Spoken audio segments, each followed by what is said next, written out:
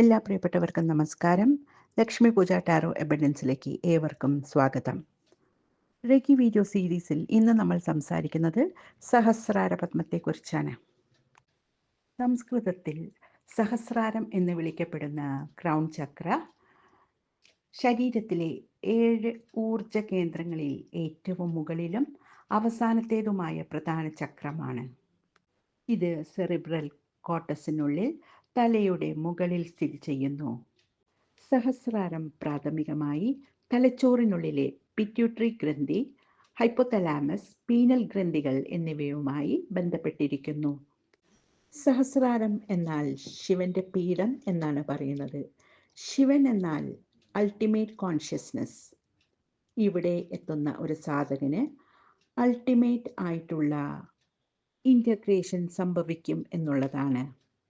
എല്ലാ ദുരിതങ്ങളും അവസാനിച്ച് അദ്വൈത ആനന്ദത്തിൽ എത്തിച്ചേരുന്നു എന്നുള്ളതാണ് വസ്തുത. എന്ന് പറഞ്ഞാൽ നമ്മുടെ ഉള്ളിലുള്ള ലിമിറ്റഡ് ഇൻഡിവിജ്വൽ കോൺഷ്യസ്നസ്സും അൺലിമിറ്റഡ് ആയിട്ടുള്ള യൂണിവേഴ്സൽ കോൺഷ്യസ്നസ്സും തമ്മിൽ ഒന്നായി തീരുന്ന ചക്രമാണ് സഹസ്രാരം. കാരണം സഹസ്രാരത്തിൽ ഈ പ്രപഞ്ചം മുഴുവൻ നിയന്ത്രിക്കുന്ന ഈശ്വരബോധത്തിൻ്റെ അംശം തന്നെയാണ് അടങ്ങിയിരിക്കുന്നത്. മറ്റൊരു വിധത്തിൽ പറഞ്ഞാൽ നാം എല്ലാം ഈ മുഴുവൻ പ്രപഞ്ചത്തിൻ്റെയും അംശം തന്നെയാണ്. എന്നാൽ ഈ ബോധം നമ്മളിൽ ശക്തമല്ല. രണ്ടും രണ്ടെന്നാണ് പലപ്പോഴും നാം ചിന്തിക്കുന്നത്. മായ കൊണ്ടാണ് നമുക്കങ്ങനെ തോന്നുന്നത്. മായയാണ് ഈ പ്രപഞ്ചബോധത്തിൽ നിന്നും വ്യത്യസ്തയാണ് ഞാൻ എന്ന തോന്നൽ നമ്മളിൽ ഉണ്ടാക്കുന്നത്. എല്ലാ മനുഷ്യരിലും സ്ത്രീയും പുരുഷനും അടങ്ങിയിട്ടുണ്ട്. നമ്മുടെ ഇടത് തലച്ചോറ് പുരുഷാവസ്ഥയിലും വലത് തലച്ചോറ് സ്ത്രൈണാവസ്ഥയിലുമാണ്. സഹസ്രാരത്തിലേക്ക് സാധനകളിലൂടെ ഒരു വ്യക്തി എത്തിച്ചേരുമ്പോൾ സ്ത്രീയും പുരുഷനും ഒന്നായി തീരുകയാണ്. ശിവനും ശക്തിയും ഒന്നായി തീരുകയാണ്. എനർജിയും കോൺഷ്യസ്നെസ്സും ഒന്നായി തീരുകയാണ്. ഒരു പരിപൂർണമായ അവസ്ഥയിലേക്ക് നാം എത്തിച്ചേരുകയാണ്.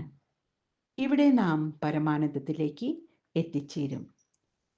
ഇവിടെ എത്തിച്ചേരുമ്പോൾ സാധാരണ വ്യവസ്ഥയിൽ ജീവിക്കുമ്പോഴും അവൻ്റെ ഉള്ളിൽ പരമമായ കാരുണ്യവും സ്നേഹത്തിൻ്റെയും സമാധാനത്തിൻ്റെയും അതുപോലെ തന്നെ ആ ഒരു സമാധിയുടെയും അവസ്ഥ തെളിഞ്ഞു വരും. അങ്ങനെ ഒരു വ്യക്തിക്ക് പരിപൂർണത കൈവരിക്കുന്ന ചക്രമാണ് സഹസ്രാരം. ആത്മീയത, ജ്ഞാനം, ദൈവികത, സെൽഫ് അവെയർനെസ്, മോട്ടിവേഷൻ ഇതെല്ലാം തന്നെ സഹസ്രാരത്തിൽ അടങ്ങിയിട്ടുണ്ട്. സഹസ്രാരം നമ്മുടെ ശിരസിൻ്റെ നെറുകിലാണുള്ളത്. 1000 ഇതളുള്ള താമര പോലെയാണ് ചക്രം സ്ഥിതി ചെയ്യുന്നത്. സഹസ്രാരം എന്ന് പറഞ്ഞാൽ 1000 എന്നർത്ഥം. ഈ ചക്ര നമ്മളെ ആ ഹയർ കോൺഷ്യസ്നെസ്സുമായി അല്ലെങ്കിൽ ആ ഏറ്റവും ഉയർന്ന ആ ഉണ്മയുമായി ബന്ധിപ്പിക്കുന്നു. കൂടാതെ നമ്മുടെ ഉള്ളിലുള്ള ദൈവികതയുമായി ബന്ധിപ്പിക്കുകയും ചെയ്യുന്നു. ഈ ചക്ര ബ്ലോക്കായി കഴിഞ്ഞാൽ നമുക്ക് ദൈവത്തിൽ വിശ്വാസമുണ്ടായിരിക്കുകയില്ല. ആകെപ്പാടെ ഒരു സ്ട്രെസ്സായിരിക്കും. തിരഞ്ഞെടുത്ത വഴികൾ ശരിയാണോ എന്ന് നമുക്ക് തോന്നും. നമ്മുടെ ജീവിതം നമുക്കിഷ്ടപ്പെടുകയില്ല.